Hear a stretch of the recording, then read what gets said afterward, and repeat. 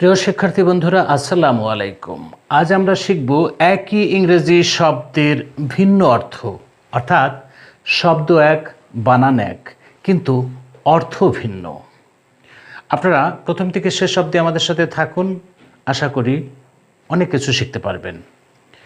প্রথমেই বুক, BOOK, বুক। আপনারা জানেন যে বুক অর্থ বই, বুক অর্থ বই। আবার এই একই বানান BOOK, বুক, এই বুক অর্থ টিকিট কাটা, এটিও আপনারা অনেকে জানেন। তাহলে কি হলো? একই শব্দের দুটি অর্থ। এরপর আছে ব্যাংক, BANK, ব্যাংক। এই ব্যাংক অর্থ কি? ব্যাংক, যেখানে টাকা পয়সা রাখি বা উত্তোলন করি। আবার BANK, ব্যাংক, এই ব্যাংক অর্থ নদীর তীর, এটিও আপনাদের অনেকের জানা। পাশাপাশি DAT, ডেট, এই ডেট অর্থ তারিখ, আমরা সবাই জানি। আবার একই বানান DAT, ডেট, এই ডেট অর্থ খেজুর, আমরা যে খেজুর খাই সেই খেজুরকে ইংলিশে ডেট বলে।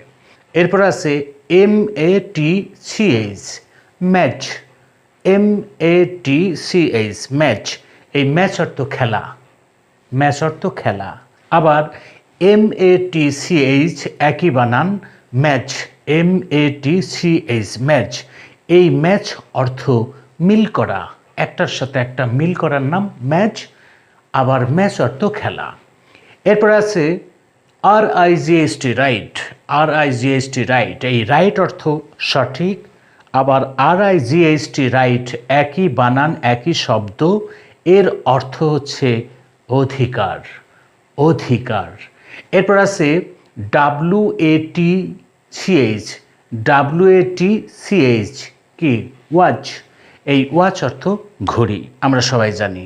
আবার এই একই ওয়াচ, একই বানান WATCH, ওয়াচ, WATCH, ওয়াচ অর্থ নজর রাখা, নজর রাখা।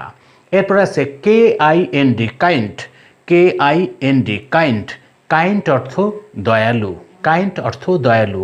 আবার একই বানান KIND, kind, KIND, kind, kind অর্থ ধরন, ধরন।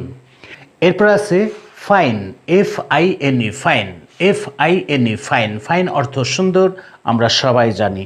আবার একই বানান FINE, ফাইন, FINE, ফাইন, এখানে ফাইন মানে জরিমানা। আশা করি বুঝতে পেরেছেন। দেখা হবে পরবর্তী কোনো ক্লাসে, সে নাগাদ ভালো থাকুন। আসসালামু আলাইকুম।